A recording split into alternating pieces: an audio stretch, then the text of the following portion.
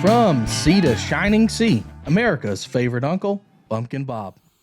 Hey y'all, it's Bumpkin Bob coming to you from the Bumpkin Media Studios here in Siloam Springs, Arkansas. I know y'all are going to ask, every time you start that, you're kind of giggling. Well, me and my producer are usually having a little back and forth when we start filming, so I'm always kind of tickled. We are into 2 seasons, I would think. We're into the Christmas season, and yes, we're politically incorrect. Here at the Bumpkin Bob Show, we say Merry Christmas. So Merry Christmas to everybody out there. You're going to hear that 2 or 3 more times between now and December 25th. The other season is we're into college football bowl season. That's coming up. Since we last filmed, Arkansas not only has hired their AD, I think we talked about that last week. We have AD, we now have a head football coach, which is Chad Morris. And the Bumpkin Bob Show wants to welcome Coach Morris to the Hill. Everybody is really excited. The big talk we've been having about is everybody too excited. It's like we need to dial it back a notch and kind of wait till next September and see how we're going to go. Big thing with that is who's going to be his defensive coordinator. We still don't know that.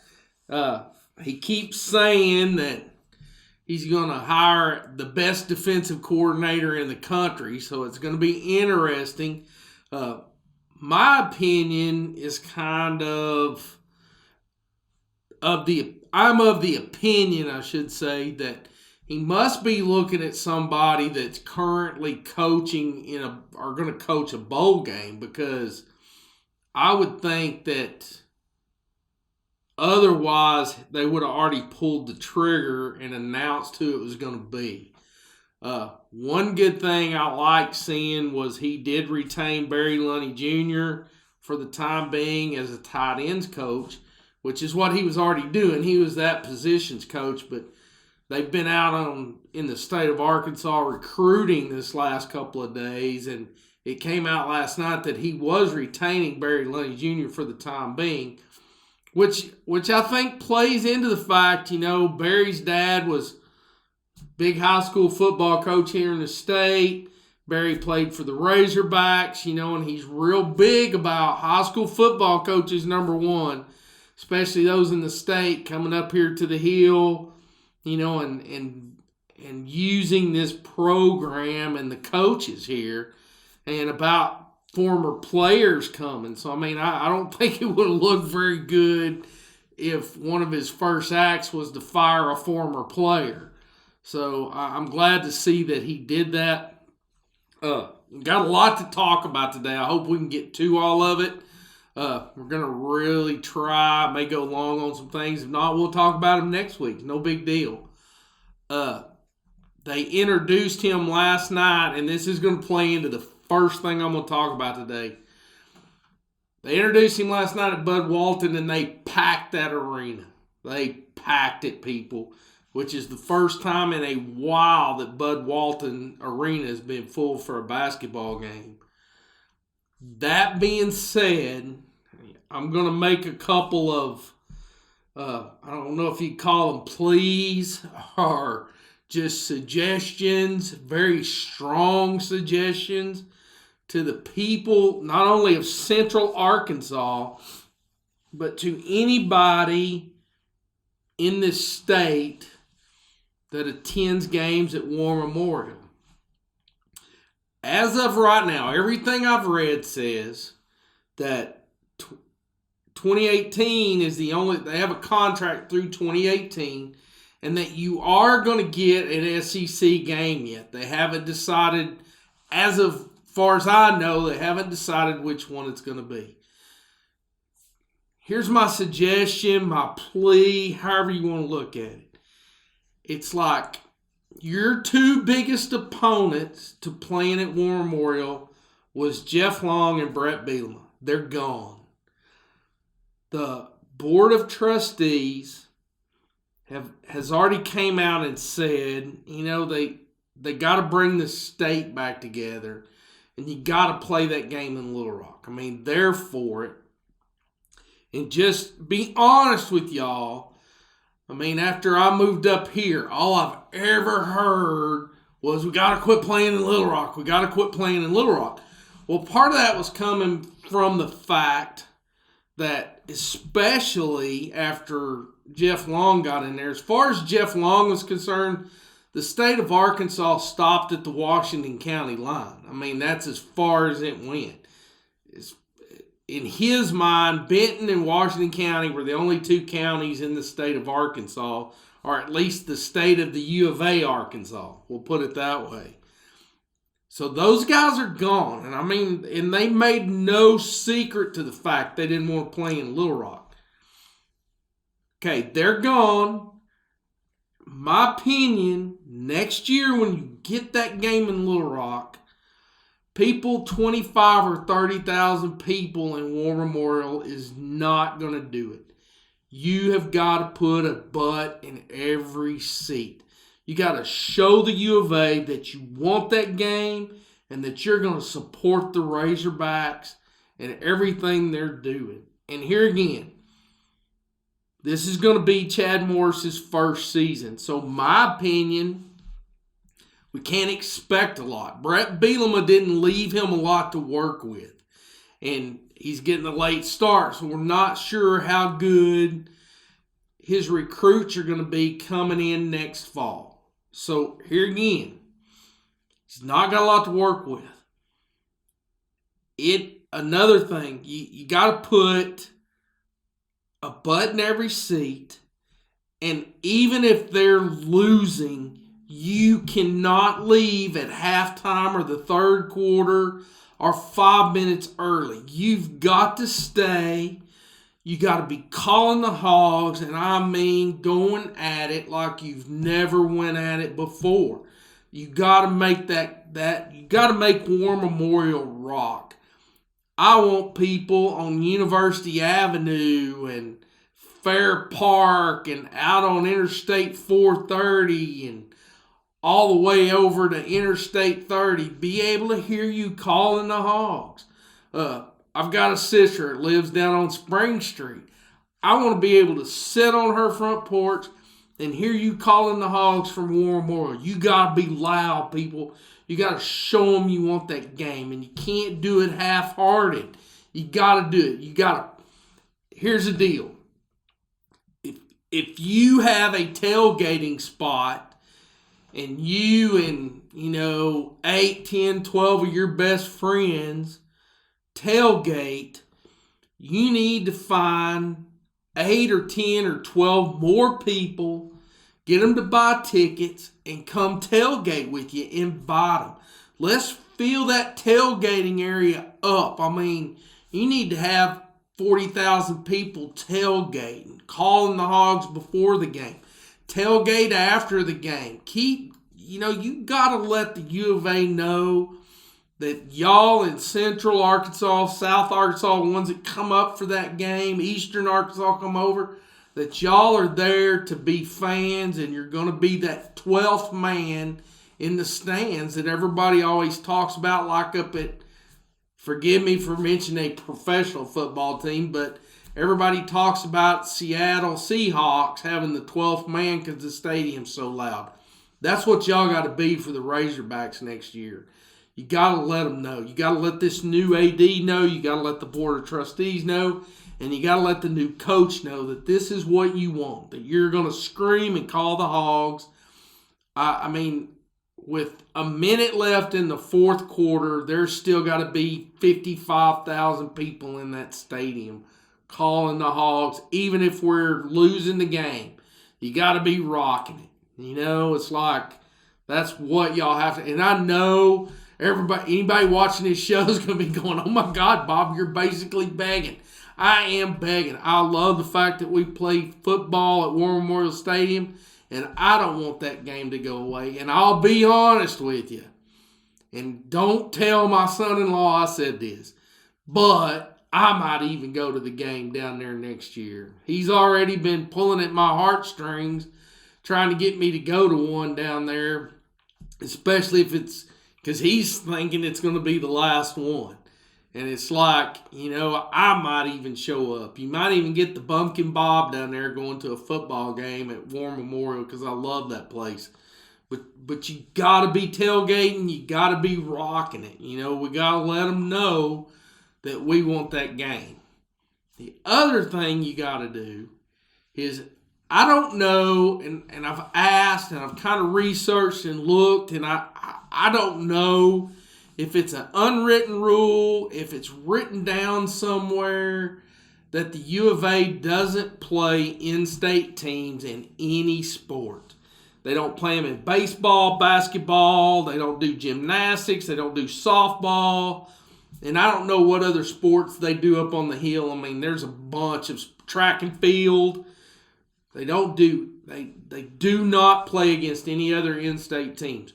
You in-state people that are either FBS or FCS schools, because we can play FCS schools, y'all need to make your plea to play the Razorbacks. And I mean, I know they call it, playing to get whipped or paid to get whipped, however, but we need to keep that money in state if we can. I mean, the U of A is going to end up with, a couple of low-tier FBS teams and maybe an FCS team on their schedule that they're paying to come in and basically take a whipping.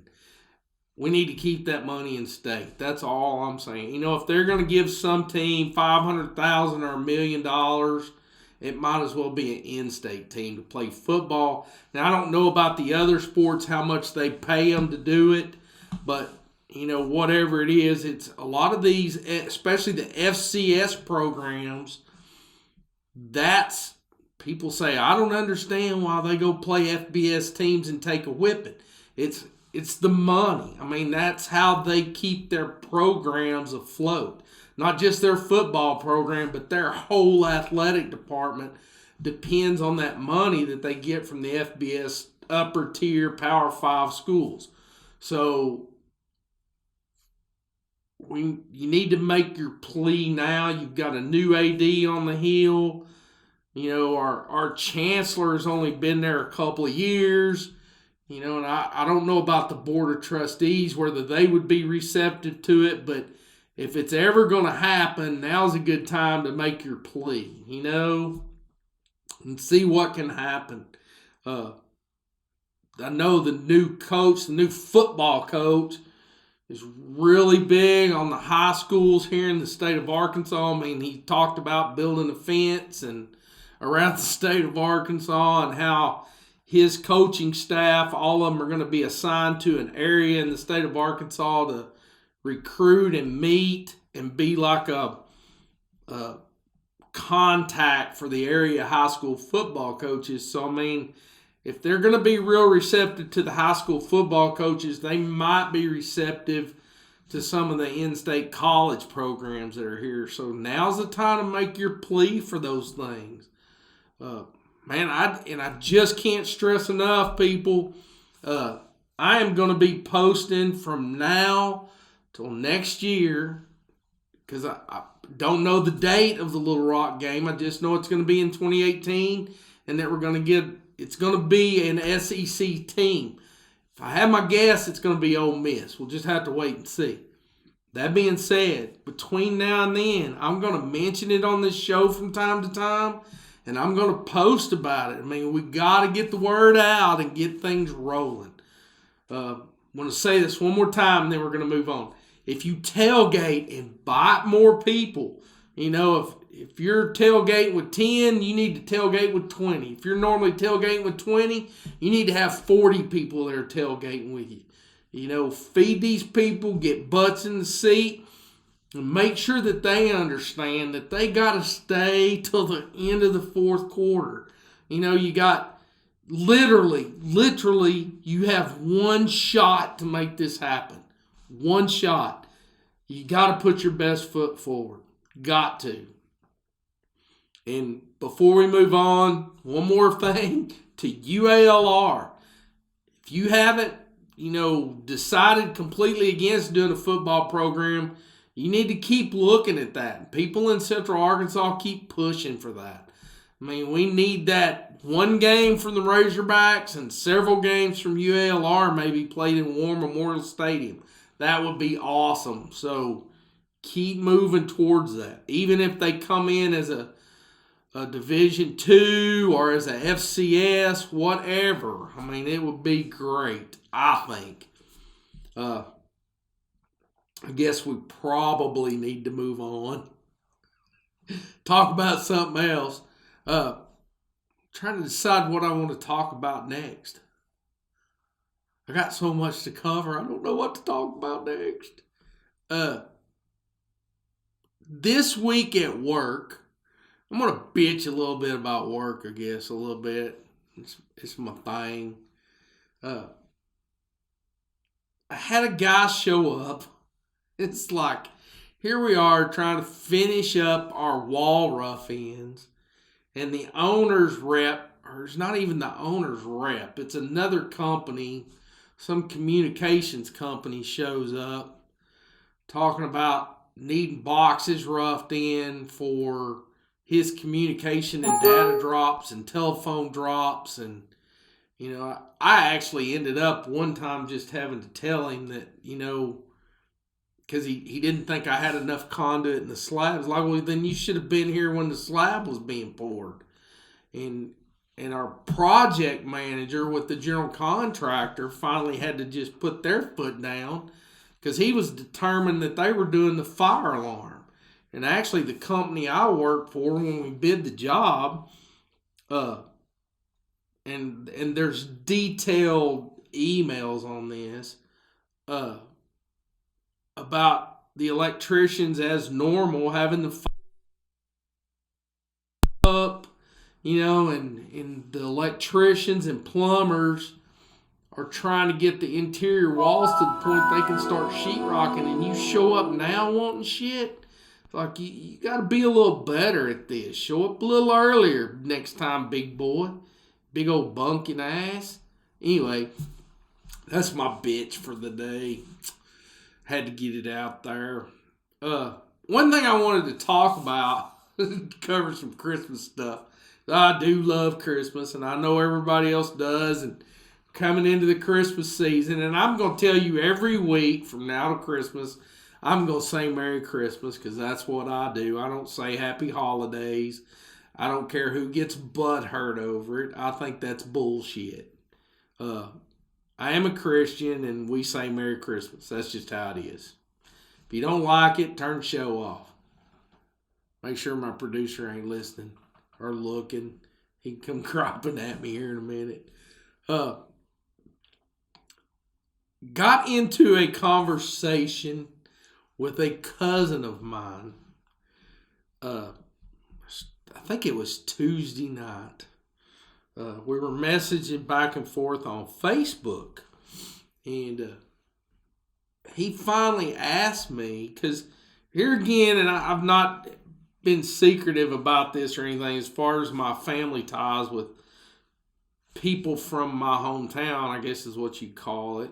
I have cousins there, and we didn't grow up together. I grew up mostly in Central Arkansas. They grew up like in Northern Arkansas. And,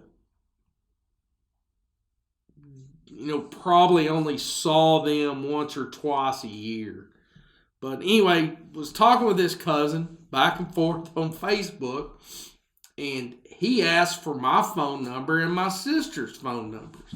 Well, it's like, here we are 3 weeks away from Christmas. It never dawned on me why he wanted it. But after I sent them to him, and he's like, okay, I appreciate that. Do y'all do the Christmas Eve gift phone calls? And I was like, son of a bitch. I knew better than to give him my phone number. And now I'm going to tell y'all why, for those of you that don't do it. As far back as I remember in my dad's family or with my dad, on Christmas Eve morning, he would start waking us up yelling Christmas Eve gift. Or as people got up, he'd be yelling Christmas Eve gift. Then he would get on the phone pretty early in the morning and call his brothers and sisters and try to wish them Christmas Eve gift. Or if they called him, he'd be answering the phone, Christmas Eve gift. And it's just a silly little tradition that we do. So it has gotten to the point that people are calling each other at 12:01 Christmas Eve morning. The phone will start ringing. My cousin said, he said, my sisters quit answering the phone the day before Christmas Eve. And I said, I've been known to turn my phone off all day Christmas Eve. Turn it off the night before when I go to bed on the 23rd and not turn it back on till Christmas Day. Keep people, especially when my dad was still alive, he'd be calling 12:01 talking about Christmas Eve gift. He'd be like, oh my God, can you quit? But it's just a silly little thing. I did a little bit of research. A buddy of mine did some research and basically found out the same thing I did. I mean, it's kind of a southern thing. I've had, like my sisters talk about, they thought we were the only ones that did it. But I've got a kind of a friend of a friend, so to speak. He's another electrician here in Northwest Arkansas that actually grew up in the Florida Keys. And, that's as far south in Florida as you can go, isn't it? Pretty much. But his family does it. And he was freaked out when he found out my family does it. And it's like, I knew it wasn't just a Griggs thing, that other people probably did it. And, some of the things put it dating back to the early 1900s, but then some of the places that I read about it date back to the 1840s, 1850s. Some said it comes from the tradition of my brain just went blank. Not migrant farmers, that's the wrong word. Sharecropped, low, like poor white and African American farmers in the 1800s doing the Christmas gift, that it was kind of an offshoot of that. So it's a little foggy, the research I've done about where it actually got started, but it's just a silly little tradition that we do. You don't get nothing for it. You just try to get everybody's Christmas Eve gift. It drives my kids crazy. Crazy. But I think that if I didn't do it, they'd probably miss it. You know what I'm saying? They gripe about it. But I think if I didn't do it, they'd miss it. And of course, the last, 10, 12 years, maybe longer than that, I'm not, if y'all saw my phone, you would know, I'm not real big on technology. And it's like everything in here my son does. But, man, the last 10, 12 years, the big thing's been, they start usually on the 22nd or 23rd saying, Facebook don't count. You can't message people on Facebook, and text messages don't count. You have to call. It's like, you call and you get pissed off because I call you at 12:01, but it's all done in good fun. We laugh about it. We have a great time doing it, and it's just funny. But I got this feeling that we're going to have some people a little ticked off. I told my cousin, and I posted this on Facebook too, that me and him would exchange phone numbers, and that I told him, I said, me and you going to get in trouble over this year, but I'm going to tell everybody you put me up to it, because that's just the kind of person he is. And the one thing he said that cracked me up, and if there's any people from Clinton listening to this that remember back in the probably the late 70s and the 80s, because that would have been, he's a little older than me, so he would have been, a young adult at that time. He said, he used to just get the phone book and just randomly call people and yell Christmas Eve gift to them. But he had to quit doing that because people got caller ID.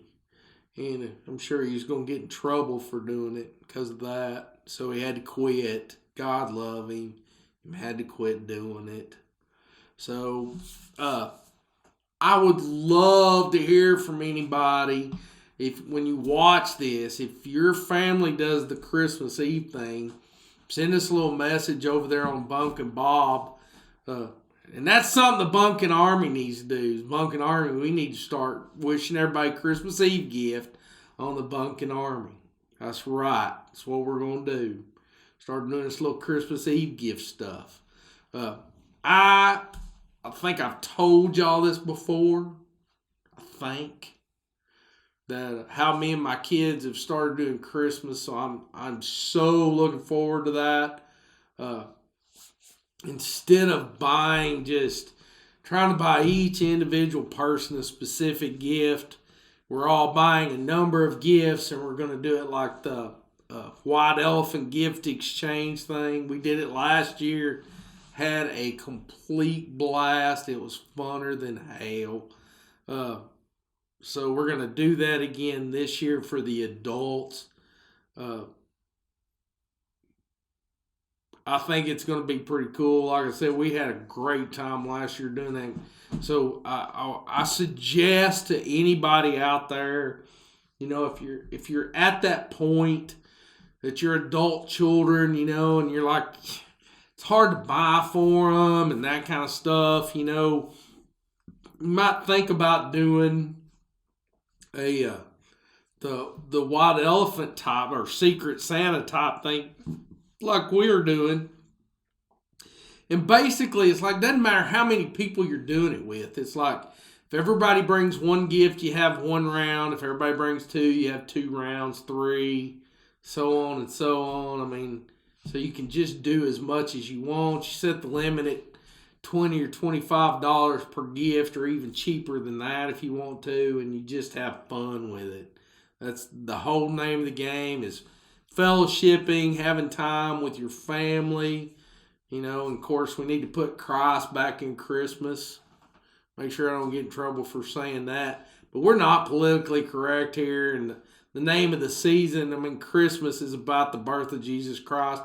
I know people will come back and say, Jesus Christ, there's no way to know when he was actually born. And it's like, we know. We picked a date at some point in Christianity, and we started saying, okay, December 25th, we're going to celebrate Christ's birthday. That's what we're doing. So anybody that don't like that can just chill the hell out for a day. It'll be all right. You'll be all right. There you go. Another thing I wanted to talk about today is we're going to talk about some foodie stuff. And I was thinking about this as I was thinking about what I was going to talk about today. Is like, what about a job site tale for today?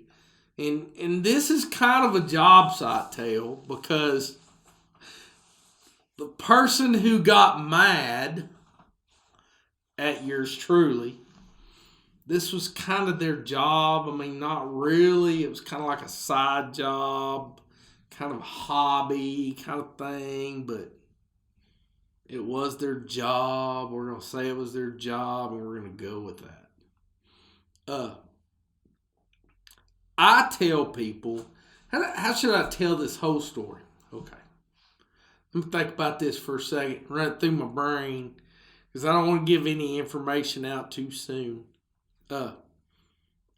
I basically cook 2 kinds of chili. And believe me, this week has been chilly weather in northwest Arkansas because it's been colder than a well digger's ass. Not that I've ever touched a well digger's ass, but it's been pretty damn cold up here. And actually, it got really cold Thursday, I think. Wednesday or Thursday. And I literally have been cold the rest of the week. I can't get warmed up. So it is definitely chilly making weather. But I've always made two kind. Well, not always. The last few years, but I make two kinds of chili. I'm trying to keep from rambling too much. I make what my kids call Griggs chili, and then the last few years I've been making a chili that I call cowboy chili, and they are both worlds apart. The Griggs chili is basically a tomato based type chili. I mean, I use a lot of like tomato paste and tomato sauce, and my blend of seasonings and hamburger meat and onions, and no beans. Beans are not chili. Just so everybody, we got that correct. The other one that I make is more of a beef type chunk beef. I use stew meat and it's broth. I use some diced tomatoes, but it doesn't have a heavy tomatoey type sauce. It's got big chunks of onions and peppers. And for those who know me, they know that's the kind of stuff, man. If it's got chunks of peppers and big chunks of onions and big chunks of tomatoes in it and big chunks and pieces of corn, my boys won't eat it. I mean, they just won't touch it. My daughter will, but my boys won't. And believe me, though, the cowboy chili is pretty damn good. That being said, some more background on this whole story. My father and my father-in-law. My father was actually a member first, and it was okay. My father was a member of the Fraternal Orders of the Eagles, and he probably was a member, started sometime, oh my God, in the early 70s, I would think. Maybe before that. I remember the 70s, so we're going to say the 70s. And then because the man that would eventually become my father-in-law worked for my dad. He got him in the Fraternal Order of the Eagles. Well, the Fraternal Order of the Eagles they've got a place there in Little Rock. I think that's called like Area 60 or something. That's the number of that building. Or the number, I don't know exactly how the Fraternal Order of the Eagles do it. Anyway, they got a building there in Little Rock, and they have a full bar, and they do a dance every Saturday night, or they used to. I don't know what they do anymore. They actually would have a big family dinner every Friday night. It was ridiculous. For $1, you could go there for $1 a plate and be like you, your wife, and your kids and eat supper. And you could bring guests. It was ridiculous. But because $1 a plate, I mean, that's just unheard of.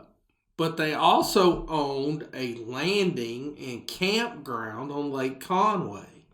And so a bunch of those guys would set up there and basically be there every weekend during the summer. And the campground was pretty big. If I had to guess, it could probably hold 40 campers, maybe more than that. And I'm talking about tow behind camp trailer, like regular RV trailers, not just tents. I mean, it was big. It had a pavilion, had a boat launch, and those of you in Central Arkansas that are familiar with Lake Conway know it's a big fishing lake. As far as I know, they don't allow swimming in that lake. That being said, I've been waist deep in the fucking water trying to push a flat bottom boat off a stump in that lake. And anybody else that's ever fished it knows exactly what I'm talking about. Because that thing is full of stumps and snags and everything else. At some point, and I'm sure that he met her from going to the campground. But my father-in-law married a lady who literally lived across the road from the campground. And so that's where he ended up moving to. So, not every weekend, but a lot of weekends, especially during the summer, me and him fish a lot. So we would end up, me and my ex and the kids, at my father-in-law's house. Now, at this particular time, I would be willing to say that if Luke was born, he was a little feller, but I think he probably was. But, and I don't know any other way to say this. We'll just call her my mother-in-law. It was my father-in-law's wife. Anyway, my mother-in-law's sister and her husband, and here comes the dig. Or not the dig, but here comes the hook line. They did competition chili cook-offs, okay? And they were in some, I don't know what you would call it, group, cult, I'm not sure exactly. These people that traveled around and they competed against each other in these chili cook-offs. Now, I don't know if it's still as big now as it was in the 80s. I mean, the chili cook-offs I remember having them in different places and a pretty big deal. Probably as big back then as what the barbecue competitions are today. I mean, those guys get crazy about that. But that being said, she got the Fraternal Order of the Eagles to host one of their chili cook-offs. So this particular weekend, they were going to have this big chili cook-off there at the Fraternal Order of the Eagles Landing on Conway, or at the campgrounds. And, of course, we're up there anyway because, we're probably going to fish and do a little bit, probably grill out or something. But since the chili cook-off's there, we're going to go down and check out the chili cook-off. But, we hung out mostly up at my father-in-law and mother-in-law's house because basically my father-in-law had a kegerator. So there was no reason to be anywhere else because that's where the beer was. And we're always going to be around the beer. I mean, especially if you got draft beer in your house. And yes, oh my God, I got in so much trouble one year for Mother's Day, I think. I bought my ex-wife a new refrigerator so that I could have the old refrigerator so that me and my mother-in-law could turn it into a kegerator. Yeah, that didn't go over very well. So as a side note to all you guys out there, do not buy your wives appliances for Mother's Day. Not a good idea. Okay, I was young, probably in my early 20s. I know better now. Okay? Just a piece of advice to all you young married guys. And especially if you're wanting the old one to make a kegerator, just go buy a refrigerator and build a keg. You're going to get in less trouble just buying a refrigerator and making a kegerator than buying her a refrigerator for an anniversary or a Mother's Day or any kind of present, especially if you did it for Valentine's Day. Oh my God, she would probably shoot you. That's just how it would probably happen. Bam, done. Just go buy the fridge and say you're making a kegerator, you're going to get in less trouble. Anyway, so they're having the chili cook-off down at Fraternal Order of the Eagles. So you got all these extra people hanging in down there. These competitors, I don't know how far they came, but you have people coming in here to compete in this chili cook-off. I'm getting to it. Just hang with me. Getting to it. So, about, 11 o'clock in the morning, my mother-in-law's sister comes up to her house and she's like, we got a problem. It's like, okay, what's the problem? It's like, well, some of the people that were registered to be in the chili cook-off didn't show up. And for it to be a sanctioned event, and for the ones that did show up to get points, for it to be sanctioned and them get points for it, they had to have so many people competing. And I don't know what the numbers are. I mean, I honestly don't know. I don't remember what organization they were competing in, so I don't know what their rules were.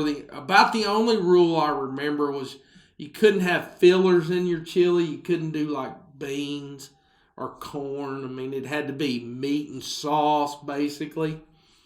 No fillers. Now, your aromatics and your spices are not considered fillers. I mean, like onions and garlic. Those of you that cook know what aromatics are, and if you don't, you should really find out what they are before you keep cooking, because the shit you're cooking probably tastes like shit. So, that being said, they didn't have enough people competing. So she told me and my mother-in-law, she said, we'll pay y'all's entrance fees. We'll give you the meat, the cooking utensils, the spices, the aromatics, and provide you with a hot plate to cook on. And make sure you've got everything you need and that you're in the rules. You're not breaking any rules or anything like that. If y'all will come cook and compete, and so that we've got enough people there to make it a sanctioned event. And I don't remember how many people, whether it was 12, 15, what it was. I mean, you had to have quite a few competitors there. It couldn't be just like 5 or 6 people competing. It had to be several people. So they paid our entrance fee, got us all set up. Well, I make my own chili. I do things my way. You know what I'm saying? So I didn't use what they gave me as far as, now aromatics are aromatics, garlic and onions. I mean, everybody's going to use that in their chili, but your spice blend is pretty much your own concoction. I mean, people use a specific kind of chili powder. Some people use oregano or cumin or paprika. I mean, do you use sweet paprika or smoky paprika? I mean, it makes a difference in how your chili tastes. I mean, there's a big deal about how you do that. So I went to my mother-in-law's pantry and I made my chili, what my kids would have called Greg's chili. Here's where it gets interesting. So they come around and they had a bunch of people actually judging, and I can't remember exactly the number, but when you pay your entrance fee and you get all that done, they assign you a number, and they bring you all these styrofoam cups with your number written on it, and you fill the competition we were in. You fill those cups up, and you turn those in. And then the rest of the chili, after that, you just give away. I mean, you can give it to anybody walking through because, the people are milling around. It was an open deal that weekend. Normally at Fraternal Order of the Eagles, you had to be a member or a guest of a member to get in the landing and campground. But for the chili competition, they opened it up. I mean, that's part of the deal. Seems like they had a live band there. That I know they did. So you got a band playing, and then people are milling around, and there for the award ceremony and the whole works. It's a pretty big deal. But anyway, they come and they gather up all your cups and they whisk them all off to the pavilion. And so then you've given each judge, all the judges have is they've got, if there's 15, 20 competitors, whatever it is, they've got that many cups of chili in front of them. So, they're going to take a bite, maybe eat a cracker, drink a little water to cleanse their palate. And they go through and they sample each chili. And they really get into this, this one has this or this has that or blah, blah, blah. And And I'm not saying that the spice blend I was giving to actually cook with was a bad spice blend, but it wasn't mine. You know what I'm saying? You know what I'm talking about? Man, I know y'all do. So when the judging's all over, it's kind of like, they like any other top competition like that. They start, and I forget how many places actually got awarded points and awards or whatever. They start at the bottom, like if they're going to, first 5 places get points or however, and they announce number 5 first, and number 4, and number 3, and number 2, and number 1. Well, I'm pretty sure that the person that actually paid my entrance fee, that they didn't even place in the top 5. I don't remember that they did. But, they get up there, and the representative from the chili organization, or whoever it was, he's matched the numbers from the winning chili to who it was assigned to. They get to first place, and guess who won first place? Yours truly, Bumpkin Bob.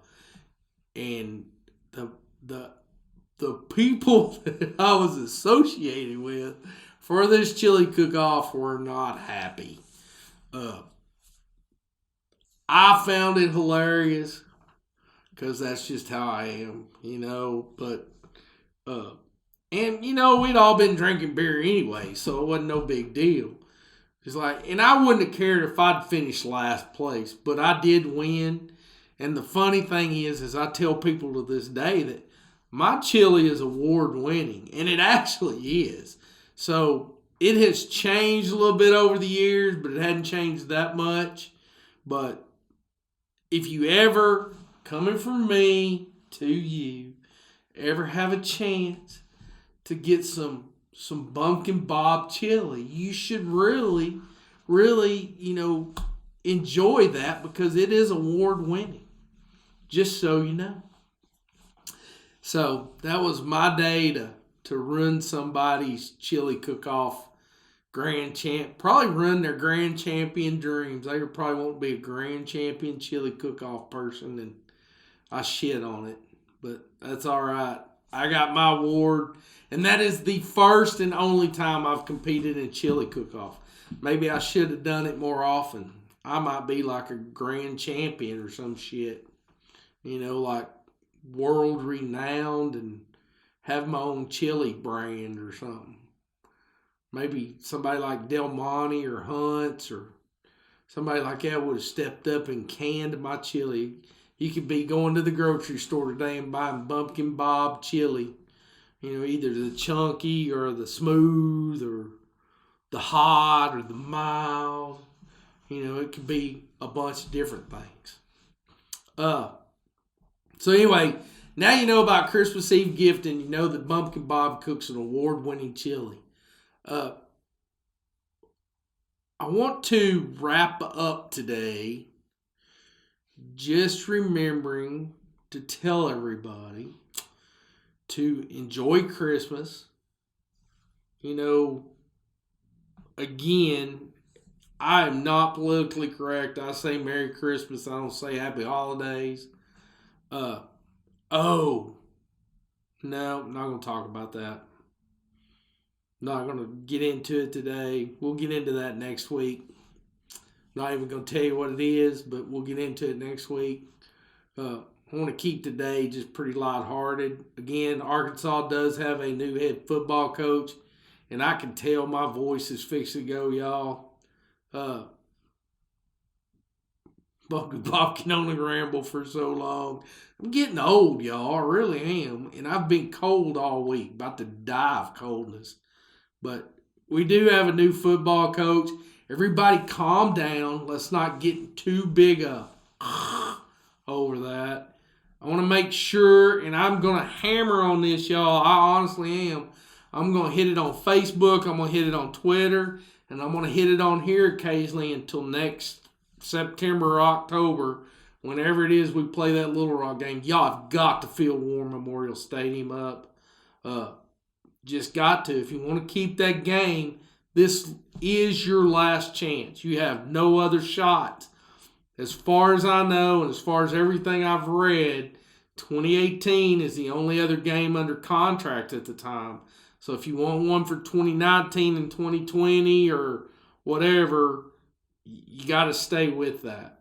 The other thing I meant to tell everybody too was that I read today that I think January 20th of 2025, Trump's going to step down from presidency. I wasn't sure if y'all knew that or not. Just so you be aware of it. My producer's rolling his eyes. Anyway, y'all, I really, really am excited, but I'm going to contain my I need y'all to do the same thing. Oh.